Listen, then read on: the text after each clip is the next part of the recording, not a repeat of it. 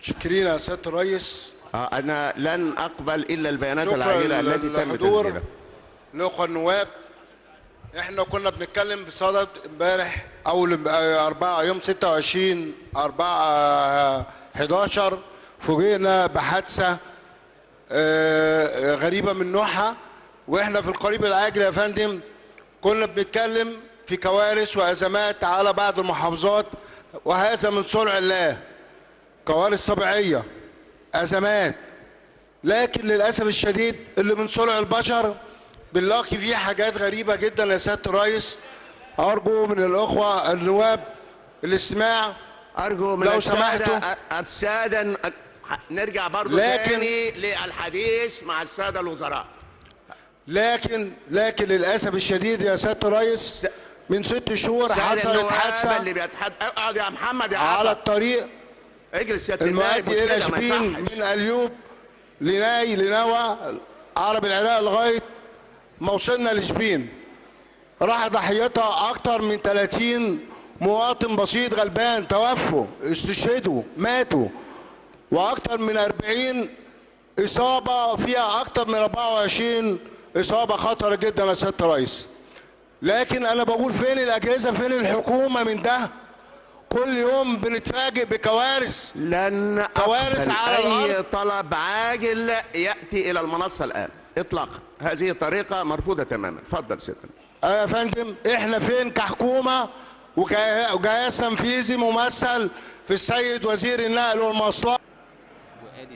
النائب يعني في بعض النواب 18 طلب إحاطة وطلب مناقشة عامة، وبقدر الإمكان أن أنا يعني حذرت أكثر من مرة أن هذا السلوك لا يتفق وهذا المجلس.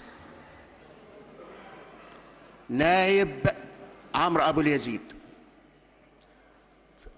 من النواب اللي أكثر من مرة يوقف يشوح بإيديه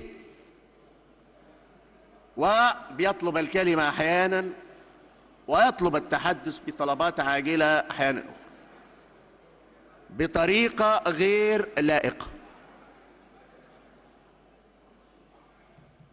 هذا أمر غير جائز، وأعتقد أن أنتم كلكم أو جميعكم لا يقبل بهذا السلوك داخل هذا المجلس.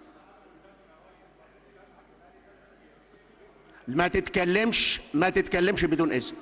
ما تتكلمش بدون إذن. ما تتكلمش لو تكرمت بدون إذن. واجلس في مكانك. وعليك أن تلتزم باللائحة. هذه طريقة غير مقبولة، وأنا أدعوكم جميعا لقراءة مضابط جلسات هذا المجلس من 1924. مش هتكلم على الفترة اللاحقة أنا عشان ما حدش يقول لي الحزب الواحد والحزب الاتحاد الاشتراكي. لسنة 1952 كيف كانت لغة المخاطبة، وكيف كانت القيم، وكيف كانت المحافظة على الانضباط داخل الجلسة. هذا أمر غير مقبول على الإطلاق. حضرت في أكثر من مجلس نيابي. هذه لا يمكن على الإطلاق. حديث مع الوزراء، حديث جانبي، حديث في التليفون، قيام بدون إذن، محاولة أخذ الكلمة بأي صورة من الصور، لا. قوة المجلس وقوة النائب في التصويت مش في الحديث على فكرة. ممكن يتحدث مرة واحدة بس تكون في موضوع مهم ويكون الكلام أدى الغرض منه، ولكن الحديث للحديث لا. مش ممكن ان طلبات عاجلة تتساقط على المنصة بمجرد ما اقول طلب عاجل الاقي 20 طلب عاجل. ما يصحش كده. لازم ان احنا نلتزم باللائحة، نلتزم بالاذن في الكلام. مش مشكلة، ما كلنا احنا بنحضر مؤتمرات واحنا كلنا اساتذة كبار، بس لا يمكن نتحدث الا بعد الاذن من رئيس المؤتمر. مش هنقول مجلس مثلا وله تقاليد وله لوائح.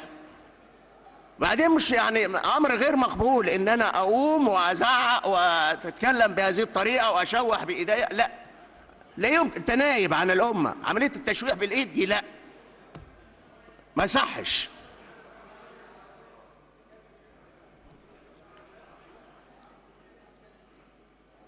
والآن يعمل إيه؟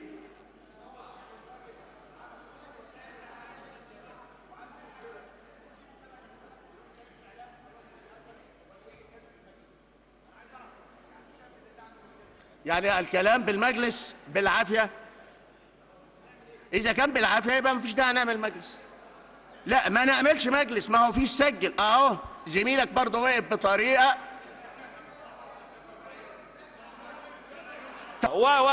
قرارات خاطئة من السادة الوزراء والسيد رئيس الوزراء. أرجو من السادة المصورين اتفضلوا من الخروج من القاعة، انتهى الوقت. أرجو من السادة المصورين الخروج من الوقت.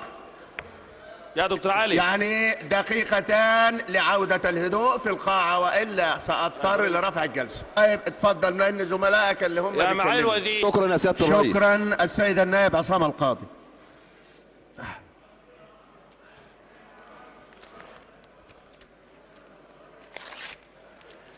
شكرا يا ريس.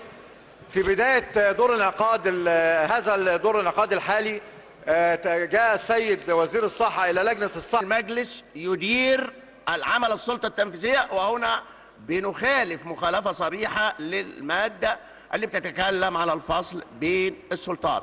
لا يمكن التدخل في العمل الفني التنفيذي للحكومة قبل القيام به إطلاقا. بعد ما تمارسوا على الأرض لو سمحت راجع نص الدستور كويس جدا ومش نص الدستور. والمكتبة على فكرة مليانة كتب قانون دستوري شارحة لنصوص الدستور. الدستور مش قراءة نصوص وكل